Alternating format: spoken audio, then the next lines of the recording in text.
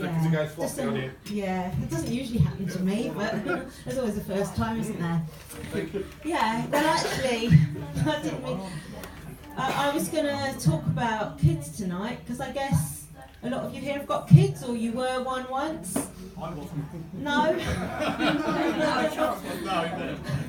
Well, because there's always that family, isn't there, that has the perfect kids. The ones that are never late for school, they're always immaculately dressed, they hand the homework in on time, they have healthy packed lunches. So I always used to try and get my kids to eat healthy, but one of my sons would, until he was about 8, all he would eat was jam sandwiches and chocolate biscuits. And I tried to get him to eat healthy, but he would refuse to eat anything else, and really starving him wasn't an option.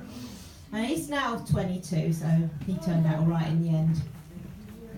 And then the perfect kids, they never got nicked either, did they? Because you get those letters from school, wouldn't you, where a child in your class, in your son's class, has got head lice. But these days, they're not actually allowed to say who it is, thank God. Because, yeah, you guessed it, it was usually mine. Because I've got 3 sons, and I've got quite fine, straight hair, but boys always have lovely hair, don't they? So they've got lovely, thick, wavy hair, and the head lice just love them. And really, I was a bit of a lazy mum. I didn't want to sit there at night picking insects out of their hair. I'd rather sit on the sofa and watch EastEnders and drink wine.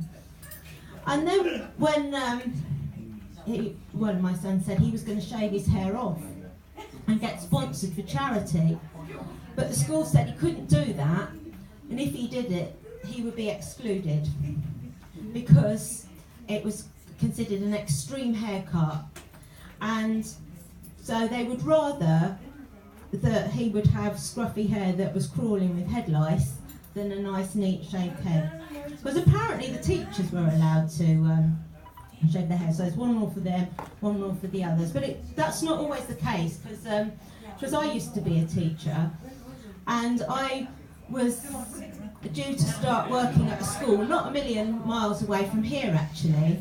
And then a few days before I was due to go in, I had a call from the agency, and they said, "Helen, I'm afraid there's going to be a problem with said school."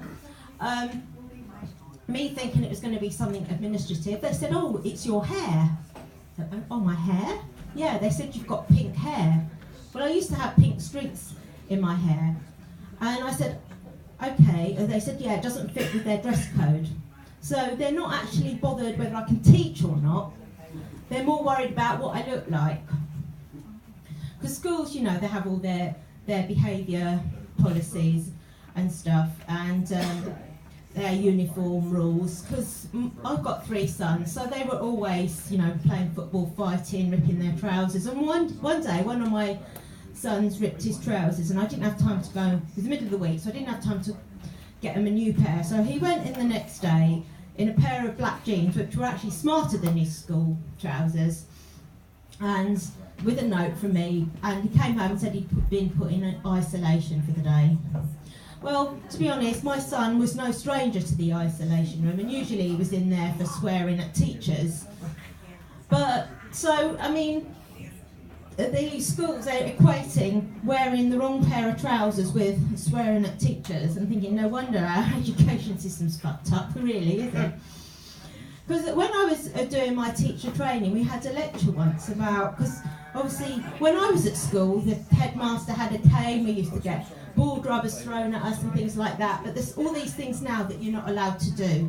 And we had this lecture where they listed everything, like things like you're not allowed to hit them, you're not allowed to punch them, you're not allowed to hold them down on the floor. So I listened very carefully, made sure I took it in, and then at the end I turned around to my friend and I said, "Well, they never said we couldn't shoot them, did they?"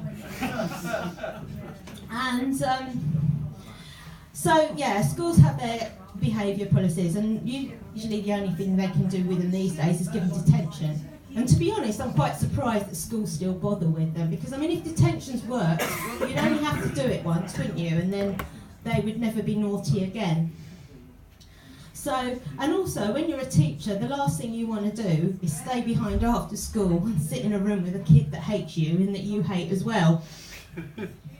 And then when you try to give them a detention, it's like you follow all the policies, and then they get out their diary and I say, right, you've got detention tomorrow. And they thought, actually, you know, checking the diary, they'd have so many stacked up. They say, well, I can fit you in 3 weeks on Thursday. So it kind of lost its impact by then, didn't it? And then at my kids' school, if they were late for school, they'd get a 15-minute detention that day. So it didn't take them long to figure out that the payoff was worth the 2-hour lie-in. And then the other thing is homework, isn't it? Hate it as a teacher, because you then have to mark it and try and collect it in from all the ones that haven't done it. And then as a parent, you know, it's like, because you know that someone did some research a while back, and that he actually proved that education is completely pointless for primary school age children. So I don't know if you've got kids or you remember the days when you're trying to get them to learn their times tables and their spellings and draw a diagram of the life cycle of a frog and make a model of the Taj Mahal out of cereal boxes. And well, the reason that it is pointless is that it reduces child abuse by 75%. And my kids, they often used to say, you know, in the morning, I don't want to go to school today, Mum. And I'd just say to them, well, don't go then. And they'd look at me. You know, this is my mother, and she's a teacher. Surely she should be making us go to school. I said, I'm serious, if you don't want to go to school, don't go. And then they say, well, isn't it the law? And I said, no, the law actually doesn't say you have to go to school, it just says you have to be educated. So, if you don't go to school, you can stay at home and I'll educate you. I tell you what, worked every time. Off they went. Yeah, so, and then what happens, they grow up and leave home, if you're lucky. But these days, you know, you get some parents and they get that empty nest syndrome, don't they? And they get all depressed and sad when the kids leave home. Well, luckily I took a leaf out my parents' book, you see, and I made their life so fucking miserable they couldn't wait to leave. But I've still got my youngest son living at home, and recently I was cleaning his room. I don't very often go in there, but I had some friends coming to stay, and I found a packet of condoms on his shelf. And then I did actually feel a bit sad, because I thought, oh my God, you know, this is my baby. And he's getting more action than me. Yeah, so anyway, I've got 3 sons, and youngest is working, the middle one's at university. So then people say to me, well, what's the oldest one doing then? So I'll say, well, heroin mostly. So I suppose, you know, 2 out of 3 ain't bad, so I must have done something right. And a lot of my friends have said to me recently, they said, oh, you're really brave getting up there and doing stand-up comedy. And I said, come on, I used to teach maths to teenagers. And I said, well, you know, those of us, there's quite a few sort of artists here there, and we use our art as a way of dealing with pain and difficulties in our life, don't we? So I also see it as a bit of a public service, because, you know, most of you will hopefully go home tonight and you'll think, actually, I've got a beautiful partner, my kids don't do drugs, they haven't been to prison, so my life isn't so bad after all. And you know what else happened?